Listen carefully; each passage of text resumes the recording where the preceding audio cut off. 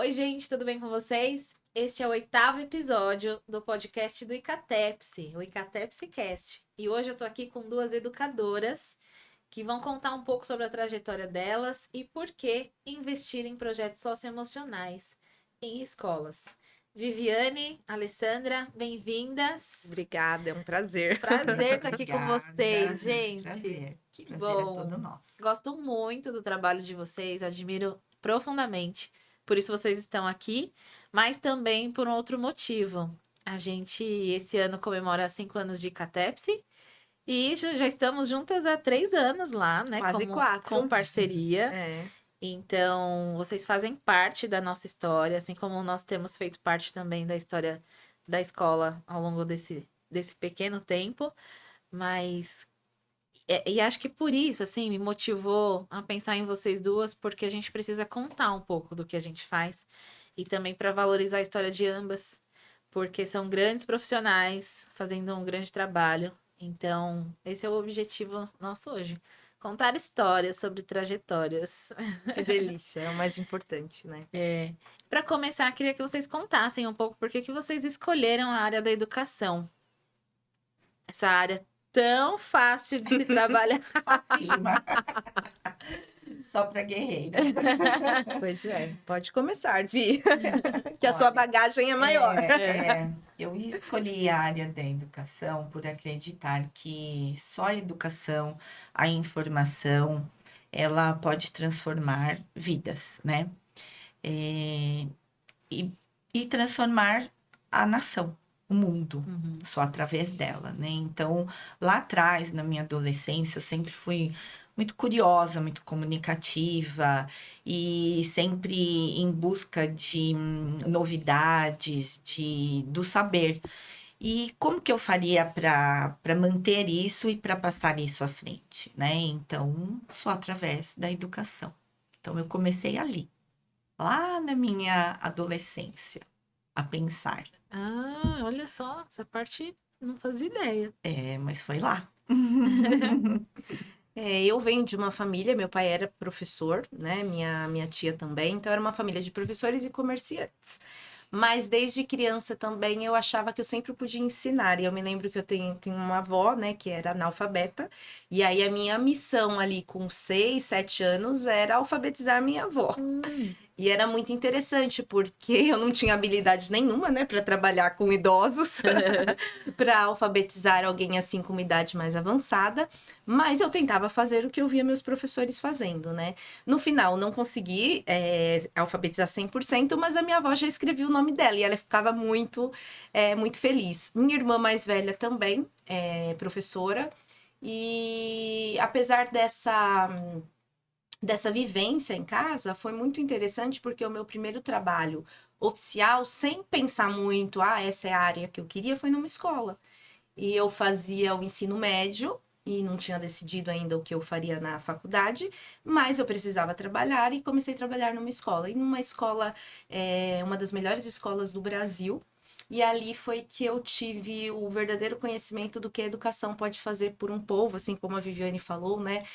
Como ela pode mudar o país. Então, eu tive acesso aos melhores professores do Brasil, vi alunos sendo formados, formei ali junto com a escola mais de 15 mil alunos, e vi o quanto uma educação de qualidade pode transformar. Mas, em determinado momento, eu percebi que o meu mundo estava restrito a uma classe social, né? Então, aquela educação maravilhosa chegava a uma parcela mínima do país e eu queria fazer mais e eu sabia que eu podia fazer mais, né?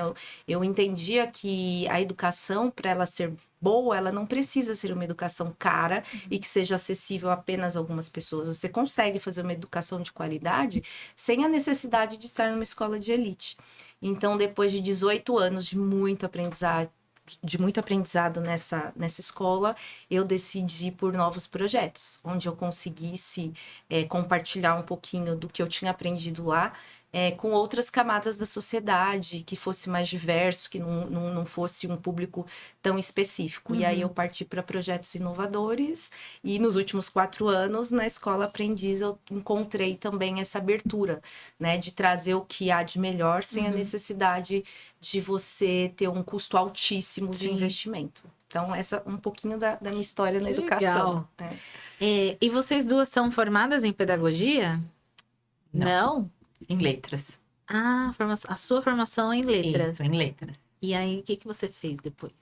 Então, depois que eu fiz letras, eu já iniciei, né? Junto com uma amiga minha, que era professora. Nós fizemos uma sociedade e compramos uma escola em São Caetano do Sul. No ano de 1990. Uau! Ficamos lá 10 anos juntas. Era uma escola só de educação infantil, de berçário ao pré. E foi incrível, né? Porque a gente aprendeu muito sobre a educação, sobre como a gente poderia melhorar a educação. E eu queria dar continuidade para Fundamental 1, Fundamental 2, e ela não. Ela não quis. Então, a gente vendeu a escola lá. Aí, eu fui trabalhar na Escola Castelo, em São Caetano, também. Tive professoras maravilhosas lá, né? Que as diretoras, assim, exímias educadoras, profissionais, assim, muito qualificadas. Fazem um trabalho maravilhoso até hoje. Conheci pessoas do meio, né? E era aquele sonho que eu tinha dentro de mim, que eu ia ter a minha. E aí, 3 anos depois, houve uma proposta da tia do meu marido, que já tinha a Escola Aprendiz em Santo André, de repassar a escola porque ela estava muito doente. E aí, eu assumi e, assim, fiquei muito feliz. E aí, trouxe uma outra amiga minha que eu conheci lá na Escola Castelo comigo, que me deu muita força, me ajudou muito.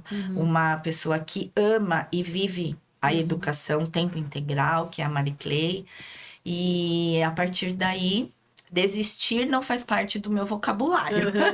E isso fazem 24 anos. Foi em 2000. O ano que vem são 25 anos da nossa história. Precisa ter Vai ter. Uma comemoração. Vai ter, da altura. que legal. Vai ter, E tem sim. muita novidade nos 25 anos, né? Muitas novidades. Mas, gente. Pois é. E você, Ale, qual é a sua formação? Então, a minha primeira formação foi em administração. E aí eu fiz MBA também em gestão. Depois eu continuei estudando, porque embora eu fizesse administração, eu trabalhava com gestão escolar. E aí eu fiz letras, fiz alguns cursos na área de linguagem também, de formação de linguagem. Hoje eu estudo psicologia da educação. Então a gente não para de estudar, né? Sim, A gente continua. Então a minha formação é na área de negócios e na área de letras e linguagens voltados para a língua portuguesa. Eu te acho mega criativa. Né? Que bom. Acho que quando a gente fala de inovação, eu pelo menos já penso na lei, tem a ver com educação, assim. Tá explicado. Sim. Essa formação toda, assim, eu não tinha conhecimento, mas tá explicado. E principalmente a atualização, né, de assuntos. Assim, não tem como a gente parar de estudar. Não tem. Psicologia, educação, tudo que envolve gente, tudo muda, né? E a gente estar por dentro de tudo que é novo, né? Pra gente acompanhar, porque a educação, ela muda, sim, né? Tudo, a velocidade das informações hoje é algo insano. Então, a gente tem que estar ali, totalmente já que ligadas, você tá falando né? isso, já conta pra nós qual é a diferença entre os alunos de 30 anos atrás, de 20 anos atrás, de 10 anos atrás e hoje. Quais são as grandes diferenças que você vê dessas questões muito geracionais? Então, uma das questões que eu vejo são os valores. As famílias, né, de 30, 20 anos atrás, elas davam muito valor à educação, respeitavam muito o professor, o corpo docente, o corpo discente. E hoje a gente não vê dessa forma. Então, nós somos ensinados a cumprir regras. O que o professor falasse era lei, né? Ele era o detentor do saber da sala. E hoje, com as novas gerações, a gente vê que isso não acontece. Né? Eu não sei onde, mas muitas famílias se perderam ao longo desses anos e é bem difícil, muito diferente essa nova geração. Hoje as crianças, elas vêm já com saber prévio, né? Mas questionam muito, isso eu acho importante, mas existe o lado, né, do socioemocional também, a inteligência emocional que as crianças não têm e as famílias também não. Então, eu acho que essa é a grande diferença das gerações. O cumprimento de regras. Exatamente. É muito difícil as pessoas a cumprirem nossa regras. sociedade, ela é uma sociedade hoje que cumpre muito menos, né? Sim. Porque parte de um princípio de que Sempre tem o jeitinho. além do jeitinho brasileiro, né? Exatamente. Mas eu sou um ser pensante, então também posso conduzir determinada situação. Porque por que eu tenho que fazer isso? Eu posso fazer de outro jeito. Exatamente. Mas no contexto escolar, isso deve ser, assim, um problema dobrado, né? Porque você imagina, cada sala tem 20 alunos, 30 alunos. Se metade não cumpre o que a escola propõe, exatamente. Vira e uma depois bagunça. os pais cobram, né, da gente que as crianças cumpram as regras. Mas como eles vão cumprir as regras na escola se eles não cumprem em casa? Se a própria família questionam as regras que são colocadas. Então, como a gente sempre diz, a educação vem de casa. Né? Se a família não dá esse exemplo, como que a gente consegue isso na escola? Sim. E olha que a gente consegue. Né? Muito mais do que a gente poderia. Por quê? Porque há um esforço tremendo, né? Do corpo docente, do corpo discente, em fazer com que a gente atinja aquelas crianças, aquele grupo de adolescentes, que são as crianças, os adolescentes do Fundamental 2. Mas é gritante a diferença. É muito difícil hoje. Eu acho que as famílias, elas, como a Viviane disse, se perderam em algum momento na questão da importância da disciplina, da hierarquia, do respeito. Isso tudo aliado, sim, com o amor, com o acolhimento. Então, eu acho também que essa diferença, né? Antigamente a gente fala, o pai e a mãe olhava, pelo olhar, a criança já... Não precisava nem falar, né? Dessa época. Exato. Eu acho que essa é uma das diferenças, né? Então, olhava, a criança não questionava. Hoje em dia é diferente, mas a gente precisa ter cuidado com os extremos, né? Você ter crianças e alunos que questionem, que sejam críticos, é excelente. Exatamente. Mas uma criança que, de repente, a hora que a família precisa fazer um combinado, a criança bate no rosto da mãe, bate no rosto do pai. Ele vai chegar na escola como, né? E muitas vezes a família se perde no entendimento dos papéis. Qual é o papel da família? Né? Essa criança precisa chegar na escola entendendo o que é disciplina, o que é hierarquia. E ali ele vai trabalhar essa vivência. Também tem o ponto de que a escola é um lugar de aprendizagem. Eu acho que um desafio grande, às vezes, é a escola ter que se preocupar com a parte que era da família, né? Deixar de ser o lugar de aprendizado para ser, muitas vezes, o lugar de acolhimento, o lugar de ensino de valores que deveria ser feito em casa. Por outro lado, quando essa família busca também entender a nova geração, como que eu crio um bebê hoje, né? Eu falo muito sobre os adolescentes. Quando eles chegam na adolescência, a família faz um curso para entender o que é adolescência, ou lê um livro, ou pesquisa sobre, né? Não, porque acha que não vai. É muito difícil você criar um filho só faz hoje. isso quando é bebê. Só quando é bebê. E eu entendo que seja muito difícil você criar uma criança hoje. Por quê? Mesmo que você tenha os seus valores, a criança, ela está submetida a uma quantidade de influências externas, né? Que você passa um valor, ela assistiu outro, alguém falou outro, chega na escola é outro. Então, como você consegue, com tantas informações, fazer com que sua criança entenda ali quais são os valores da sua casa, Sim. né? Isso é bem difícil para as famílias. Então, Por isso que esses valores da família têm que estar bem consolidados, né? estabelecidos, Exatamente. né? Com o pai, com a mãe e com os filhos. À medida que ele está estabelecido, a família consegue. Agora, quando não está, aí fica vulnerável. A dificuldade é maior, né? Muito Sabe que maior. você falou uma coisa que eu agora pensei, né? Há 20, 30 anos atrás, talvez, nossa, eu tô falando assim de lugar que eu não faço a mínima ideia, você que vai me Sim. responder. Talvez esse tempão atrás, os casais não se separavam tanto. Exatamente. Então, essa questão de estabelecimento de regras, acho que era mais consolidado dentro do aspecto familiar lá, da psicodinâmica da família. Hoje, nós temos muitos casos de pais separados, de famílias que têm uma estrutura bem diferente, de pai, mãe e irmãos, né? Sim. As crianças têm 2 casas, 2 famílias. Aí tem as famílias estendidas. Então, vai para casa da mãe, vai para casa junto com a mãe. Aí a mãe tem um namorado, esse namorado traz 2 filhos, e aí são os novos irmãos. São outras dinâmicas dentro de uma dinâmica que não foi constituída até então. Exatamente. Né? Porque a criança, ela tá em desenvolvimento constante. E aí são outras famílias sendo formadas a partir de uma família que se desfez. Como que você consegue olhar para essa criança de forma a pensar nessa questão das regras e de por que tá sendo assim, por que fala desse jeito? Então, acho que essa é a grande diferença que vocês estão falando, né? É uma delas. Uma delas. Sim. Eu acho que a diversidade em si não é ruim. Sim. Né? O que a gente precisa é ser um lugar de escuta e de fala. Por isso que eu acredito na educação inovadora, na educação atualizada, em que outros contextos sejam discutidos em sala de aula.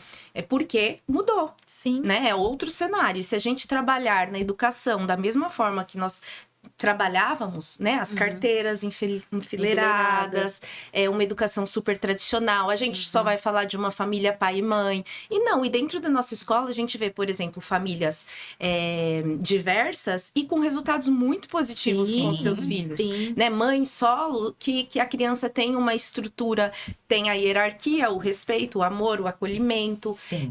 Então eu também acho que parte muito do princípio de cada responsável fazer o seu papel. Exatamente. Né? Não deixar que a sociedade, que os influencers, que a escola assuma o papel de pai, de mãe ou de responsável que seja, né? É o seu filho, é a sua responsabilidade. O que você vai fazer por isso? Independente do contexto, seja familiar, seja um contexto até político, econômico, enfim. Então, eu tenho para mim essa importância da responsabilidade de cada um, independente do contexto. É a importância da comunicação, né? São pessoas que precisam se comunicar. Estão formando crianças e adolescentes, né? E essa parceria, no caso com a escola, ela tem que ser constante.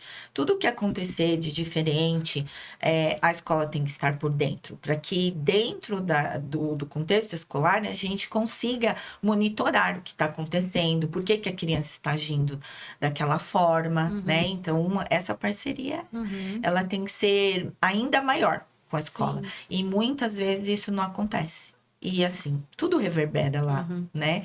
No contexto da escola. Gente, por que um projeto socioemocional?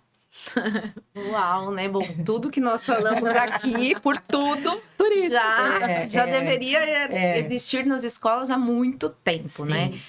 Eu acho que nós fomos pioneiros no momento que a gente estava construindo um novo curso, que foi o segmento do Sim. Fundamental 2, né? Que foi bem ali no início da pandemia. Foi. Então, a necessidade era gritante, né? De nós termos, de nós entendermos que a partir dali, a história do mundo mudaria, né? Nós fizemos parte disso, né? Nós estávamos assistindo uma nova história. E até hoje a gente não sabe exatamente, né, quais foram os malefícios e serão ainda em detrimento da pandemia. E não fazia sentido algum a gente desenhar um curso que não tivesse um olhar para as questões emocionais. Eu me lembro bem que durante a pandemia, os nossos professores tinham acesso a terapeutas, né, para eles conversarem, porque o professor entrava na casa das pessoas e muitas vezes a gente recebia de famílias, poxa, foi tão bom abrir a câmera e ter o professor, poxa, mas era para criança, a família. Né? Era um momento em que algo diferente estava acontecendo em casa, que delícia, porque ninguém podia fazer nada. Só que esse professor também era um ser humano, né? Um ser humano que às vezes não tinha as habilidades tecnológicas, não sabia como dar uma aula inovadora, embora a pandemia, a tecnologia ajudasse muito, às vezes ele não tinha tanto conhecimento. Então, nós enxergamos que essa necessidade ia ser ainda maior.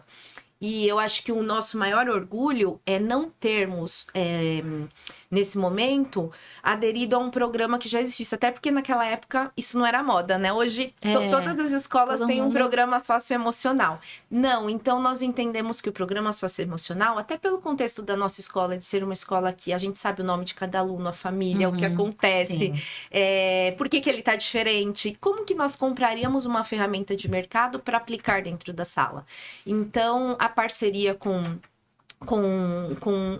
os profissionais, né, de psicologia nos deu a possibilidade da gente criar um programa que seja adequado, por exemplo, para o 6º ano de 2024. E a gente não usa o mesmo programa do 6º ano de 2023. Por quê? Porque as pessoinhas de 2023 eram outras. São bem diferentes. Então, no início do ano, quando a gente faz ali o diagnóstico da turma, a gente fala, olha, essa turma é assim, assim, assim. É um 6º ano com crianças, né, pré-adolescentes dessa forma. 2024... é outra turma. Então, esse eu acho que é um dos nossos maiores orgulhos. Não só de dizer que temos um projeto socioemocional, mas que a gente tem um projeto que é aderente àqueles alunos daquela turma. E se for necessário, a um aluno. Né? Às vezes a gente tira um aluno e a gente fala com aquele aluno. E por que, né, o projeto socioemocional, além das dificuldades da pandemia, advindas da pandemia, a velocidade, as mudanças, né, tem um estudo acho que é do Instituto Ayrton Senna, que fala que os nossos estudantes, nos próximos 15 anos, eles vão passar por mudanças que as pessoas, a população, passou durante um século. Em 15 anos. Né? Com a tecnologia, enfim, a gente já vê como isso acontece cada vez mais rápido.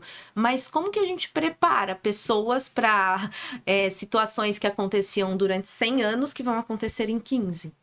Né? Por isso que a gente vê o Brasil é o país com maior índice de pessoas com ansiedade. Né? Então, acho que 9,3% da população do Brasil tem ansiedade. A cada 4 pessoas, 1 vai ter um transtorno psicológico. E a gente precisa olhar para isso. Os jornais todos os dias têm manchetes sobre as questões socioemocionais, psicológicas.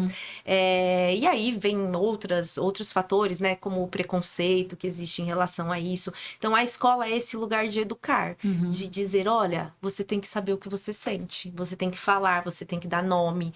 Porque isso vai te fazer uma pessoa melhor. Vai te levar para um sucesso melhor. Então, a formação integral não pode acontecer sem a formação socioemocional. E nós percebemos que essa geração de pais também não tem uma inteligência emocional, né? E aí, o que acontece? Quando você, enquanto família, não tem uma inteligência emocional, você não consegue passar para o seu filho. Se você, enquanto pai e mãe, não consegue falar dos seus sentimentos para o seu filho, como que ele vai conseguir? Como que ele vai saber, né? Então, a inteligência emocional, ela precisa ser trabalhada, né, com esse programa socioemocional para atingir os adolescentes, para que eles consigam falar sobre as dores deles, sobre as dificuldades deles. Isso só vai ajudar nas tomadas de decisões, nas relações interpessoais, né? Para o que eles querem para a vida deles. Tem um estudo canadense que apontou que alunos que participam de programas socioemocionais em suas escolas têm um desempenho escolar muito aquém de alunos que não têm. E principalmente em questões cognitivas também. Sim. Então, eu achei mega interessante, que é um estudo novo, né? E traz para nós um dado assim, olha, quem tem esse tipo de intervenções nas escolas está apresentando melhores desempenhos Tem escolares. vantagem competitiva, Sim, né? com certeza. Gente, tem noção que a questão cognitiva, ela é muito mais aguçada Sim, porque... quando esse aluno consegue expor coisas que, de repente, poderiam ficar lá reprimidas, né? Exatamente. E atrapalhando, né? Aquilo que a gente... Nossa, mas É. por que ele não está se desempenhando, não está tendo um bom porque desempenho? um aluno em crise de ansiedade ou que é muito ansioso, ele só fica com aquele pensamento acelerado na cabeça dele o tempo todo. Ele não consegue focar no que o professor está falando, no que ele precisa fazer, ele se perde nos estudos, né, na programação. Então, o rendimento acadêmico dele cai. E quando você trabalha tudo isso, ele consegue focar e o Sim. rendimento dele é muito melhor. Ele consegue ter um rendimento à altura do que ele pode, né? Porque ele tá saudável, né? Isso mesmo. Não só em matemática, em língua portuguesa. A gente vê isso na escola todos os dias. Nós temos uma preocupação da entrega de excelência de conteúdos, de formar essa criança, esse adolescente de uma forma intensa, mas às vezes o problema não é a matemática e a língua portuguesa. Então, às vezes o aluno é um aluno de alto desempenho, só que ele fica ansioso, por quê? Porque ele precisa ser o melhor. Né? E você precisa ser o melhor todos os dias. Então, nós temos casos de alguns alunos que, se eles não obtiverem um resultado tal, acabou. Né? E ele não consegue ser resiliente, ele não consegue entender que está tudo bem ele não tirar a nota que ele tira todas as vezes, que o mais importante é o compromisso, né, com o ensino. De repente, naquele dia, naquela avaliação, você não estava bem. Mas e durante todo o processo? É uma das nossas premissas lá, né? De dizer para eles, curtam o processo. Né? E acho que é um dos diferenciais, principalmente em se falando de Fund 2, da importância dessa fase na vida. Né, da fase da adolescência. Eu fico muito brava quando alguém fala aborrecente. Não é aborrecente. Né? É uma fase que é muito difícil, porque seus hormônios estão a todo vapor, né? Você não tem certeza das coisas que você quer, você precisa começar, marcar quem você é. Você precisa falar para sua família coisas que, de repente, a família não está preparada. Né? Muitas famílias, elas transferem o que elas são e acham que os filhos serão iguais. E aí, quando o filho fala, não, peraí, eu não gosto disso. Como assim você não gosta? E aí gera um conflito. Então, o que a gente tem visto nesses últimos 4 anos é os adolescentes, as crianças, levando para dentro de casa vamos falar sobre o que a gente sente. Ou eu tenho um receio de falar sobre isso com a minha família, porque eu acho que eles não vão entender bem, né? E às vezes não, mas você já tentou falar com a sua família? E aí chega no outro dia e fala, nossa, foi tão legal, eu falei com a minha família, eles me entenderam. E aí você já pensa, poxa, minha missão tá cumprida. Sim, né? Eu consegui que um adolescente falasse com a família, o que é muito difícil. Ou que pelo menos mostrasse. E evita muitos prejuízos, muitos, né? Acho que tem também a desmistificação do que é terapia, porque eles pedem para fazer terapia. Né? Não são os pais necessariamente que vão buscar uma psicóloga, né? Eles conseguem entender a importância da terapia na vida deles e nesse momento que eles precisam tomar diversas decisões, né? Vem ensino médio pela frente, logo um vestibular. Então, eles têm que se compreender melhor, né? Os sentimentos, qual o propósito da vida deles, que profissional que eles vão, né? Eu acho tão engraçado que eu já ouvi eles falando assim, eu faço psicóloga, você não faz psicóloga? Virou, então, né, o ok fazer. E sendo que nós enfrentamos uma dificuldade no início. A gente ainda enfrenta, né? Na educação infantil, muitas famílias são resistentes no Fund 1, mas depois, ao longo, né, da nossa insistência, da nossa permanência em estarmos com essa parceria e focar no quão bom, né, os resultados serão, aí a família consegue entender, mas ainda há muito preconceito. Acho que é legal a gente falar também uma questão que esses dias mesmo eu esbarrei com essa pergunta, assim, que foi quase que uma afronta, né? Dizendo assim, mas vocês não são as psicólogas da escola?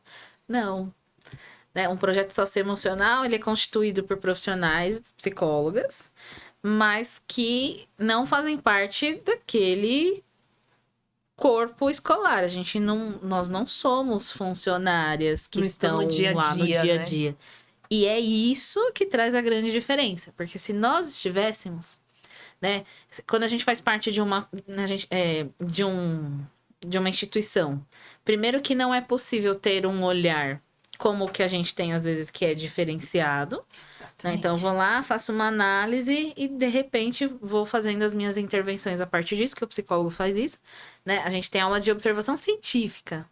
Vocês tiveram? Talvez não, acho que não, né? Não. Só quem tem somos nós. Uhum. Então, nós temos técnicas em relação a isso. Então, nós conseguimos fazer isso de fora. Por isso que a gente fala também que é muito mais fácil atender quem a gente não conhece. Com certeza. Porque o nosso olhar não tá viciado, né? É isso mesmo. E é um desafio também trazer essa questão para os pais de que nós não somos psicólogas da escola. Nós somos responsáveis por um projeto. Porque quando você ouve falar em a psicóloga que tá lá na escola, nossa, despeja todos os problemas em cima dessa Sim. psicóloga. E essa psicóloga ela tem que saber de tudo. E não é bem assim. É mais uma pessoa, né, em quem, de repente, a família acha eu posso passar o meu problema para ela, né? Exatamente. Não, mas você tem que resolver isso. E não.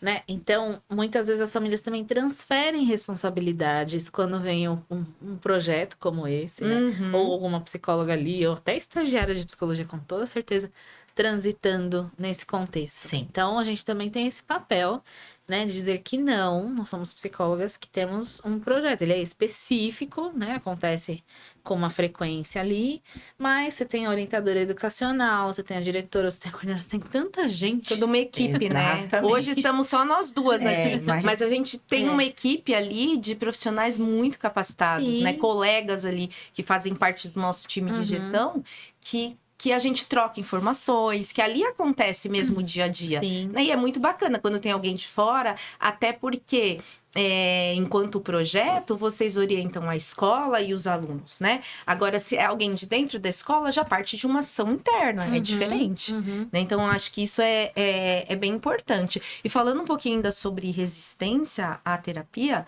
é muito complicado, porque as pessoas acham que o que é mais importante é a dor física, né? Então, se você tem uma ferida, isso é uma dor, Sim. né? Mas se o seu filho está triste, não, ele não tem por que estar triste, né? É uma criança que tem tudo, a família presente, não tem por que estar triste. E acaba não dando valor, né, para essa questão que pode ter aí resultados que não são legais. Então, estar atento. Que bom que a gente tem, né, profissionais que cuidam. Que ótimo. Eu digo, converso com algumas famílias, e infelizmente, sim, tem algumas que acham que é perda de tempo, ou que é Gasto um desnecessário. tratamento de luxo, né? Você faz terapia, nossa, faz análise, poxa, imagina. E não, é mais uma ferramenta. Por que não? Né? Isso que eu penso, por que não? E aí a gente sabe que às vezes é porque a pessoa não quer entrar em contato com os próprios traumas, né? Às vezes você não quer falar daquilo que te fere, mas até que ponto você guardar isso, você transferir para o seu filho isso, né? Tem uma frase que eu acho que fala que você precisa estar curado para curar, Isso, né? Se você está ferido, mas foi algo que aconteceu quando eu era criança, na minha família, hoje eu sou mãe, sou pai, mas de repente você vai transferir isso para o seu filho, por que não tentar, né? De alguma forma conseguir se curar. Então a gente tem feito esse trabalho também com as famílias, né? Além do desafio dessa questão geracional, né? Fiquei pensando aqui que outros desafios vocês poderiam citar dentro da perspectiva da educação hoje. Mas aí eu lembrei de uma coisa, assim, um exemplo. A geração de hoje, que é a minha, a gente carece de inteligência emocional. Sim. Mas eu não chamaria nem de inteligência emocional. Eu chamo de regulação emocional. Então, eu preciso regular as minhas emoções minimamente para lidar com as minhas filhas pequenas. Imagina quem tem 3, né, gente? Eu admiro. Eu também. Obrigada. A gente tem até uma homenagem na festa junina para as famílias que têm 3 ou mais. Olha, então vou segurar meu parto. Se quiserem agendar cesárea, vai ser depois do dia 8. E ter regulação emocional nos dias de hoje requer muita sabedoria e disciplina. Muito. E eu vejo que a minha geração, ela é uma geração que quer evitar que os filhos sintam algumas coisas. Porque a gente já Exatamente. sabe como é. É. Então, assim, não quero que ele sinta isso, porque eu já sei como é. Então, se meu filho chega triste, eu preciso saber imediatamente o que é essa tristeza. Mas, na realidade, a gente não sabe nem se é tristeza. Porque, às vezes, a criança tá só cansada, com sono. Precisa dormir e não ganhar um presente. E, assim, É isso. aí existe uma insistência de se perguntar, porque eu já fiz isso algumas vezes, até me dar conta... Né? Até me dar conta, não. Até o meu marido, que não é psicólogo, não tem nada a ver com o negócio. É pai. É pai, maravilhoso. Olhar pra mim e falar assim: ela só tá cansada. Deixa ela. Para de analisar. E eu aqui, ó. Mas Deixa o que ela no foi? O que tempo foi? dela, Fala, né? fala, pelo amor de Deus, o que? Que existe uma ansiedade nossa Muito de grande. querer resolver Muito isso. grande. E de saber quem foi o culpado. Mas quem fez? Mas o que foi? E a Quem menina. aferiu. E a criança só chora. E aí você fica: ai, o que aconteceu? Gente, ela só queria dormir. Exatamente. E não tô dando o meu exemplo, mas é exemplo de 100%, acho. Exatamente. E a gente precisa parar nesse momento. Né? Ela não quer falar? Tudo bem, ela conta amanhã. Sim. Né? Você quer dormir? Pode dormir. Mas eu não preciso ficar insistindo, porque se nós não sabemos falar algumas vezes sobre o que nós sentimos, a gente precisa entender que o choro é a manifestação da emoção. Exato. Então, assim, fica na minha mente hoje tá martelando, sabe? O choro é a manifestação da emoção. O choro. Porque é uma piração. Você ficar tentando tirar de uma criança, seja lá qual é a idade dela, Sim. o que está acontecendo. E aí, isso, né, na minha visão, assim, ela só vai criar mais confusão na cabeça dessa criança, que vai E ficar às vezes pensando. ela vai falar qualquer coisa pra te Aí, ou ela vai falar acalmar. qualquer coisa, ou ela vai mentir. Exatamente. Pra me, né, assim, Aham. satisfazer. Mas, sei lá, pegaram minha bala, sabe? Uma coisa muito pequena. Exatamente. Ou ela Pra não vai você falar parar de mesmo. insistir, né, E que nem ela no outro não dia quer. ela vai falar. Porque ela não quer falar. Então, não vai falar hoje, não vai falar amanhã. E tudo bem. É, porque e às ela vezes vai tem achar que ela não pode também, né? Ficar frustrada. Ela não pode Isso. ficar cansada. É. Ela tem que estar feliz o tempo todo. Exatamente. E não é isso. A criança é uma ótima oportunidade, às vezes, de você se frustrar. Às vezes a gente tem casos lá, né? A minha amiga não quis falar comigo hoje. Uhum. Isso é um problemão, dependente da idade. É. Né? Dependendo da idade. Sim. Só que isso vai acontecer pro resto da vida. Alguém não vai querer falar com você. Ou pior, alguém vai contar uma mentira sobre você. Uhum. Então, assim, vamos começar a aprender a nos frustrar. Ai, poxa, eu entendo, é chato, né? Mas me conta como foi, por que será? Amanhã você pode tentar conversar com o seu amigo de novo. E aí pode evitar tantos traumas, né? É. O trauma de você querer ser aceito. Isso. E, por exemplo, no futuro, admitir um relacionamento abusivo, tóxico, porque você precisa ser aceito. Exatamente. Porque todo mundo da sua turma precisa gostar de você. E aí, assim, completando isso que eu tô utilizando como exemplo, a gente combinou que de quarta-feira lá em casa não se faz nada à noite, além do que já precisa fazer, né? Poxa, o Por quê? ócio! A menina sai da escola às 7. Ela chega em casa, ela não quer saber de nada, ela só quer dormir. Porque às vezes ela chega até com a cabeça pesada, fala assim: ai, minha cabeça tá doendo. Ela não tá doente. Não aconteceu nada. Ela só está cansada. A gente não fica com dor de cabeça? Com às vezes? certeza. Quando Né? o nosso Quando tá muito dia cansado. foi muito intenso, a gente chega em Então- casa querendo só ficar quieta. Acho que Tomar o grande banho, comer desafio e ficar quietinha. isso, ela também. Acho que o grande desafio é a gente parar de problematizar Exatamente. sintomas, né, comportamentos das crianças, porque ela só é uma pessoa sentindo como nós sentimos. Mas a gente se acha muito, né? Porque nós somos adultos. Sim. E as crianças sentem igualmente. Então, acho que o desafio geracional, assim, da minha geração, é isso. Querer tirar com a própria mão uma coisa que a criança está sentindo que ela precisa passar por esse processo, É isso mesmo. né? Porque talvez a gente tenha uma compreensão um pouco mais sagaz, um pouco mais rápido do que Sim. outras gerações, né? A gente tem mais conhecimento por conta da tecnologia. Então, acho que tem essa questão. E aí Né, de acaba querer. E aí a gente- problematizando ainda mais. Isso. Algo que era tão simples. Isso se transforma numa coisa muito maior. Mas existe alguma coisa além dessas que a gente está falando que vocês acham que é um grande desafio? Eu acho que as crianças vão enfrentar, os estudantes no geral, muitas questões que a gente já vem passando, mas não tanto quanto eles, né? Uma das primeiras, assim, é, por exemplo, nós estamos formando crianças que a gente não sabe com que eles trabalharão. Ah, é verdade, Né? gente. São as profissões do futuro, né? E o que virão, né, com essas profissões. Então, por exemplo, semana passada nós estávamos discutindo com os alunos as questões de inteligência artificial. Uhum. Até usamos um filme como base de início de estudo, que é o Ex Machina, Uhum. que mostra ali a questão da inteligência artificial e da ética, Uhum. né? Então, como será que eles farão? E aí, de novo, você ter uma educação do século passado para pessoas que não sabem com o que trabalharão. Então, o que a gente disse para eles? Todos vocês vão trabalhar com inteligência artificial. Independente do que vocês Ai, escolham. gente, é tão triste. né? Quantas profissões deixarão de existir nos Sim, próximos 10 anos? Quantas já Muitas. existem hoje, né? Você pergunta para criança o que você quer ser? Influencer. YouTuber. Youtuber. Uhum. Nós publicamos um videozinho que 2 menininhos brincando ali estavam fazendo. E aí, no registro pedagógico, alguém registrou. Eu sei que alguém virou para mim quando viu e falou: vocês pediram para eles falarem? Porque eles falam muito youtubers profissionais, né? Não, Deixa um like ninguém no nosso pediu. Eles canal, já são. né?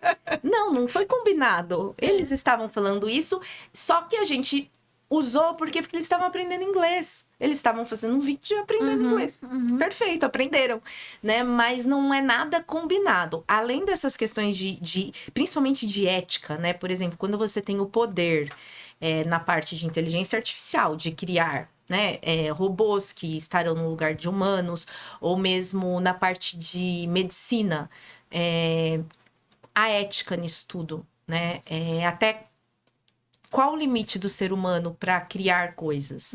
Então, acho que esse vai ser um grande desafio. Fora as questões climáticas, né, do mundo, questões sociais, questões políticas. Eles têm um grande trabalho pela frente. O que a gente precisa é trabalhar as habilidades do século XXI. Exatamente. Né? A gente precisa trabalhar o trabalho colaborativo. Não dá para você, eu quero estudar sozinho porque eu não suporto falar com a minha colega. Não dá. Vai ser um Mas no problema. ambiente corporativo, que hoje é colaborativo, não tem como, Sim. né? Você já estará fora do mercado de trabalho. Ia ser uma luta dentro Como da que você escola, vai né? fazer, né? Algumas crianças e adolescentes ainda têm muita resistência. E algumas famílias também. Sim, Elas acreditam que eles podem fazer o trabalho sozinhos. exatamente. Por exemplo, e as escolas, né, elas acabam muitas vezes não querendo esse trabalho. Então, quando eu uso uma mesa compartilhada com 5 alunos, a minha dinâmica de trabalho é uma, eu vou ter conflitos. Agora, se eu coloco todos enfileirados quietinhos, eu não vou ter esse conflito. Procurando que fiquem quietinhos. né?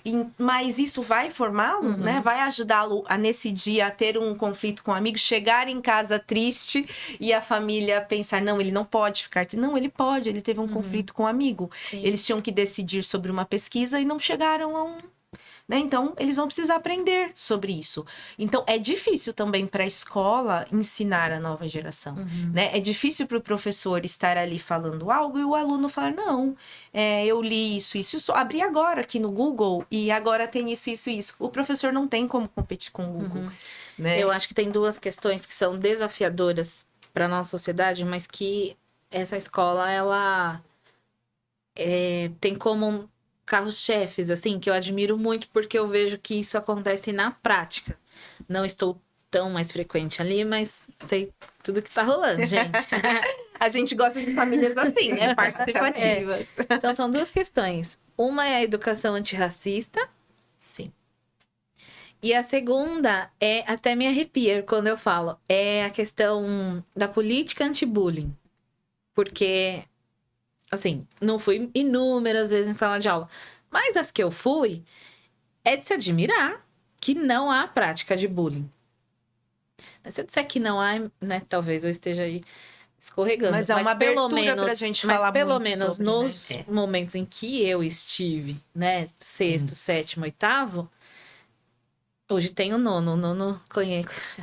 Eu- Minha, minha pérola. Gente, não há, assim, né? Não é algo que eles deixam aparecer ali naqueles momentos. Claro que no dia a dia pode ser diferente. Mas eles reconhecem que isso é muito importante que se combata dentro deste lugar, dessa escola. Eles E eu têm tenho essa certeza, eu consciência. tenho certeza que eles levam pra fora. Então eu vejo uma grande diferença. Eu vejo diferença por conta da minha filha, né? Esses dias mesmo fez um desenho. E aí no desenho eu e ela estávamos pintadas, o rosto, a pele toda, e o meu marido e minha filha não, estavam branquinhos. Ué, ela já tá aprendendo que existe uma pequena diferença, né? E que não exclui as pessoas, Sim, né? Mas que a gente precisa falar disso, porque a nossa educação, né? Ela tem ali um racismo que é estrutural, Muito. né? E o aprendiz, ele sempre tá um passo à frente falando sobre isso. Porque isso faz parte de criar pessoas melhores, né? Isso. De levá-los a refletirem. Por exemplo, a gente reflete muito sobre foi invasão ou descobrimento. Então, quais são os dois lados da história? Outro ponto que a gente Sim. trabalha muito com eles, você lê quais tipos de autores? Você lê só autores clássicos, né? Que são muito importantes, mas e o indígena, como que ele contou a história dele, né? A mulher preta, como que ela conta a história dela? Você, como contaria a sua história? Então, eu acho que o mais importante disso tudo é eles conhecerem todas as narrativas. Sim. E a gente espera muito que eles saiam da escola valorizando isso. Então, é um orgulho, assim, entrar numa sala e perguntar qual autor indígena você está lendo. E ele saber um nome, né? Isso é bem importante. E tem um ponto que você falou sobre o bullying. Eu acredito muito que o projeto social, ele é um aliado nessa questão. Porque quando o aluno ou o estudante se sente incomodado, ele aprendeu a falar. Exatamente. Então, ele pode falar, e eles falam. Então, sim, diariamente tem alguém ali que tá incomodado com alguma coisa. Só que ele chega e fala, então, pro Ale, eu queria te falar uma coisa. A atitude do meu colega tá me incomodando. Poxa, que bacana. Mas será que ele sabe que tá te incomodando? Você falou pra ele, olha, eu não quero que você me chame desse apelido. Aí ele falou, eu falei, mas ele falou que o outro me chama, por que ele não pode? Mas o outro não me incomoda, mas ele me chamar me incomoda. Então a gente vai conversar com ele. Então acho que o falar o que te incomoda e lutar por isso, né? Eu quero ser respeitado. Evita muito, mas a gente tem que estar o tempo todo muito ligados Dá trabalho, nesse tema. Porque para acontecer é muito fácil, né? E às vezes é sem a intenção, mas é aí que tem que ser discutido, né? Num primeiro momento discutido, isso não é legal, se fosse com você. E aí, claro, caso isso venha, né, aumentando e vá para esse lado dessa prática, precisa ser combatido com todas as medidas necessárias. Né? A gente, sempre que vai resolver um conflito, a gente fala com os dois lados, né? E a gente sempre coloca para eles, e se fosse com você, né? Vamos nos colocar no lugar do outro. Então, eu acho que essa é a fórmula. Sabe? E as questões que vêm de fora, né? Sim. Às vezes vêm questões, por exemplo, de redes sociais, né? As perguntas no privado ou anônimas. Isso vem para dentro da escola. Olha, você viu o que fulano postou? Não, a gente não é fiscal de TikTok, não somos. Mas isso incomodou porque falou o nome. Então, a educação, por exemplo, de informação também, de cyberbullying, a gente tem isso dentro da escola, porque é o que eles vivem. Sim. Eles saem da escola e estão nas redes sociais. E aí? A gente sempre faz palestras, né, para eles, com uma advogada, Bárbara Bonvicini, que fala sobre isso, traz essa informação para eles, como eles devem se comportar nas redes sociais, né? Como eles devem falar, abordar outros assuntos, para que isso não se torne um crime, né? Sim. A responsabilidade, de cada um. Você postou? Ok. Mas qual é a sua responsabilidade ou a da sua família em relação ao que você postou, né? Sim. E isso então, parte também para o projeto socioemocional, porque você trabalha a amabilidade. né? O respeito. A responsabilidade, Sim. né? Compromisso. Que Então, para eles, nessa idade, é ainda um desafio. É. Mas é isso que a gente tem que formar. Uhum. e a E o projeto exposição, ajuda né? muito, né? A exposição que eles, por exemplo, na nossa época, a gente ia para uma festa, ninguém sabia o que tinha sabia. acontecido na É. festa. Hoje, Hoje eles vão para uma festa, pode estar nas redes sociais, e aí? Né, o que está publicado lá muda a vida de um adolescente, né? Então, isso é muito sério. E a gente precisa falar, a gente precisa educar, a gente precisa comentar sobre isso. Eles trazem muita informação pra gente. Então, essa escola parceira, o lugar de acolhimento, o lugar de escuta.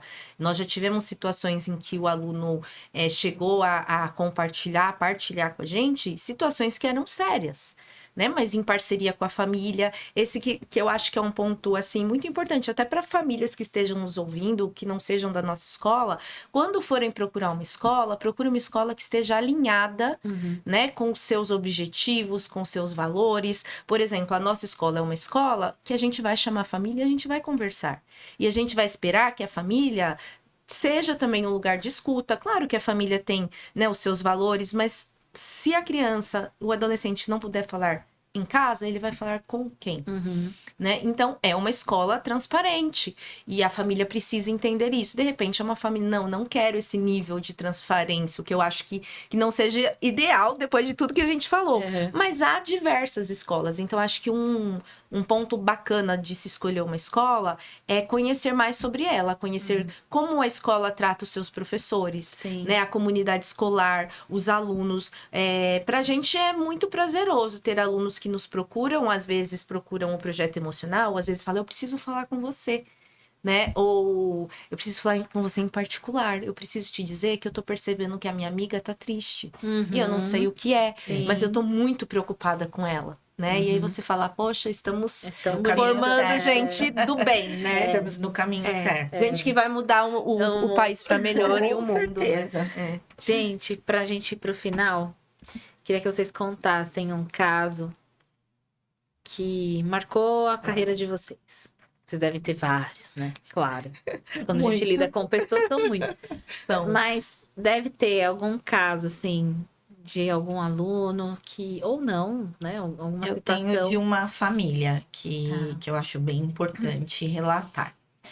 É uma família que o casal estava se separando por questões de machismo. O pai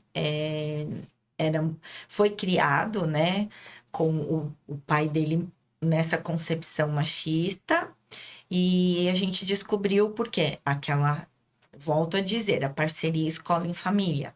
O que estava acontecendo? As crianças estavam com dificuldades, né, de aprendizagem na escola, e a gente marcou uma reunião. Nessa reunião, a gente convocou o pai e a mãe. Aí, estávamos eu e a coordenadora do infantil, e aí conversa vai, conversa vem. O pai relatou, poxa, ela não dá conta de nada. Ela não consegue fazer janta, ela não consegue dar banho nas crianças antes de ir para a escola, ela não consegue responder agenda, ela não consegue estar presente nas reuniões, e isso está me incomodando muito. Aí eu disse para ele, então, se você se sente incomodado, por que você não faz? Por que você não ajuda a sua esposa, né? Família é isso, é um pelo outro. Se eu chegar primeiro do trabalho, eu vou fazer. Vou fazer o que tiver que fazer. Eu vou fazer a janta, eu vou ao mercado, eu vou lavar a louça, eu vou na reunião dos meus filhos, eu vou acordar mais cedo e ajudar minha esposa a dar banho para eles irem cheirosinhos, com o cabelinho arrumado. Aí ele olhou para mim, assim, bem espantado, e eu disse para ele, eu sei que para você isso é muito difícil, porque você vem de uma educação machista, né? Seu pai te educou da forma que ele achava certo. Mas você pode mudar. Você pode construir uma família de verdade. Ele pode quebrar o ciclo. E exatamente. Aí ele olhou para mim novamente e me disse, eu nunca pensei nisso. Aí eu falei, então comece a pensar a partir de agora. Nós vamos dar as mãos e a gente pode te ajudar. Você aceita ajuda? Aí ele, com lágrima nos olhos, disse: eu aceito. E foi linda a transformação dele. Ele virou a chavinha. Nossa. Ele foi buscar uma terapia. Uhum. Aí ele conseguiu entender o porquê que ele agia daquela forma. Uhum. Porque eu disse pra ele: você vai desmanchar essa família. Uhum. Você vai querer construir outra, mas que também não vai Uhum. virar uma família. Nossa, e pra nós é tão simples, né? É muito simples, mas para ele era muito difícil. Impressionante. Aí, após ele iniciar a terapia, ele veio na primeira reunião de pais. Nossa, mas tem um orgulho. A mãe tinha um cargo muito importante, viajava muito. Ela era Profissional. uma profissional do mercado. Mulheres Isso, da atualidade. na atualidade. E aí, ele conseguiu entender tudo isso.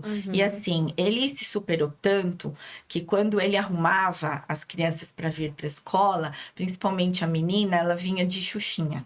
Ai, gente, foi demais. E assim, a evolução, né, que ele teve enquanto pai e essa família não ser destruída por conta de uma educação machista, Sim. foi incrível pra gente que participou do processo, né? Sim. E eles ficaram com a gente até, na época a gente não tinha o Fundamental 1, e saíram e depois a gente continuou a amizade. E até pouco tempo eu falava com eles, os filhos já estão moços na faculdade, só que eu nunca esqueci como uma parceria, como você olhar para aquela família, né, com o olhar do que eu posso fazer por ela.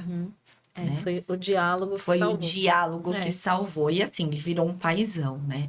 Quem ganhou com isso? A família, a esposa, e as próximas filhos, gerações, né? da família. Exatamente. E eu disse para ele: meu marido chega em casa, ele faz o que tiver que fazer. Muitas vezes eu não consigo fazer, mas não é por conta disso que eu deixo de ser uma excelente esposa. Eu tenho as minhas qualidades, como tem a sua mulher. Sim. E aí ele entendeu que os homens podem ajudar as mulheres. Legal. Que nem é mais ajuda, né? É obrigação, né? É obrigação. É obrigação, né? Exatamente. Mas isso é bem interessante porque a nossa escola, nós recebemos muitos, os homens, né? Muito. Eles são muito participativos hoje, agora em 2024, né?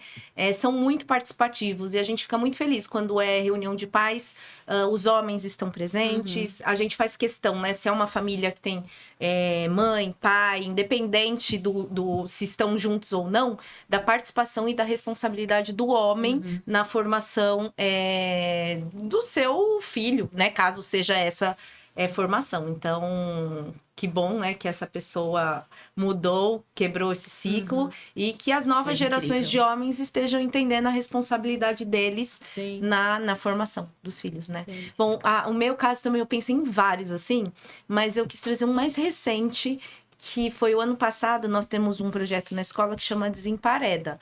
Então, a gente sai muito para fora, né? A gente acredita que a vivência prática tem que estar alinhada com a teoria. E a aula estava acontecendo em Cananéia, eu acho que era na Ilha Comprida, e os nossos alunos estavam lá tendo uma aula sobre a maré, né?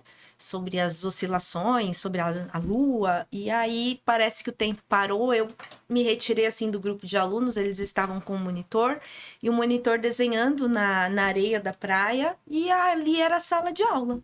E eu fiquei, assim, encantada, sabe? O tempo parou, quando o tempo para. O tempo parou, eu fiquei olhando e falei, o que é isso? Né? A sala de aula é aqui na praia. O mar imenso, o céu imenso, a areia e os alunos tendo uma aula ali. E aí eu fiquei muito satisfeita, né? De entender que o meu caminho na educação me levou ali até outros momentos, mas naquele em específico que eu estava ali vendo aquilo acontecer. E aí deu os coraçõezinhos, né? Ai, que delícia. Lindo. O que essa galerinha vai fazer no futuro tendo esse tipo de educação, né? Até porque vão embora, né, gente? Vocês estão Exatamente. preparadas? Não. Vocês não estão preparadas. Não, vai ser difícil. Só de pensar, ano que vem eles não estarão, né? Não dá pra gente encontrar ali na escola. Temos vários alunos dessa turma do 9º ano que estão desde o berçário, né? Desde Então, os vai ser 4 meses. tão difícil para eles quanto para nós, para as famílias. Recentemente eu tive uma reunião com algumas mães da comissão de formatura, elas falaram, não tem empreguinho para nós aí não, porque a gente faz esse caminho há 14 anos.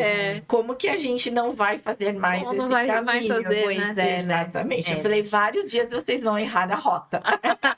Errarão mesmo, mas assim, é um misto de sensações, né? De não tê-los, mas também de saber que a gente está entregando uma turma tão preparada. Missão cumprida. Né? E a gente espera que eles tenham sucesso nas escolhas, eles estão preparados para escolherem o colégio que quiserem, né? Mas a gente fica na expectativa de continuar recebendo notícias e conhecendo né, a nova trajetória deles. E certamente nós estaremos aplaudindo, né? Com certeza. É isso mesmo. Gente, obrigada pela participação de vocês. Obrigada por partilhar todas essas histórias, conhecimentos. Uma delícia. A gente ficaria muito mais, Muito né? mais. É tão bom, né? Ter esse tempinho para parar. Camila também é uma super parceira com as profissionais do ICATEPS. E assim, é muito prazeroso a gente encontrar gente boa, né? E eu acredito naquela frase que diz que é junto dos bons que a gente fica melhor, né?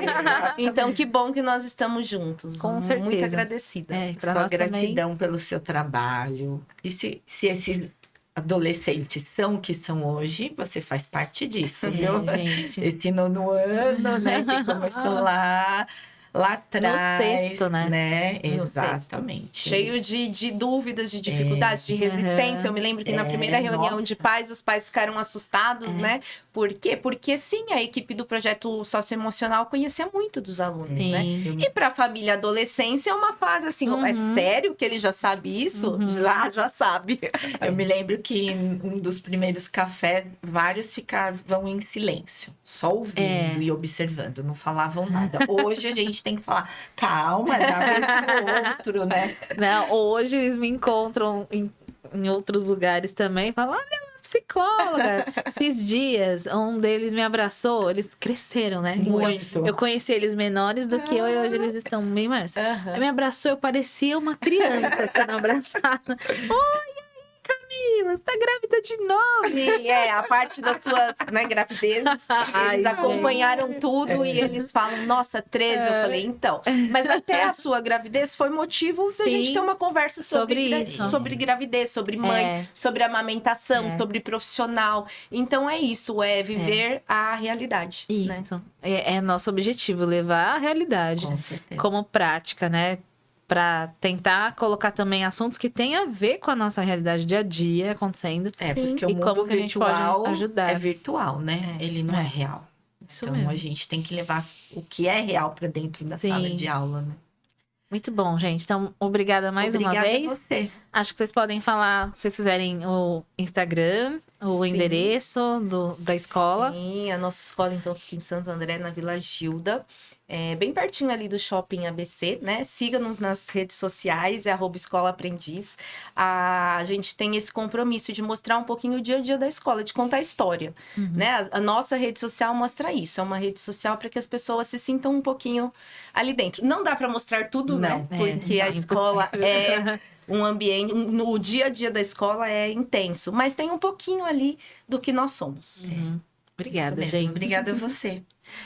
Então, este foi o 8º episódio do ICATEPScast. E se você deseja ser um patrocinador do nosso podcast, entre em contato. Nós ficaremos muito felizes em falar com você. Muito obrigada e até mais!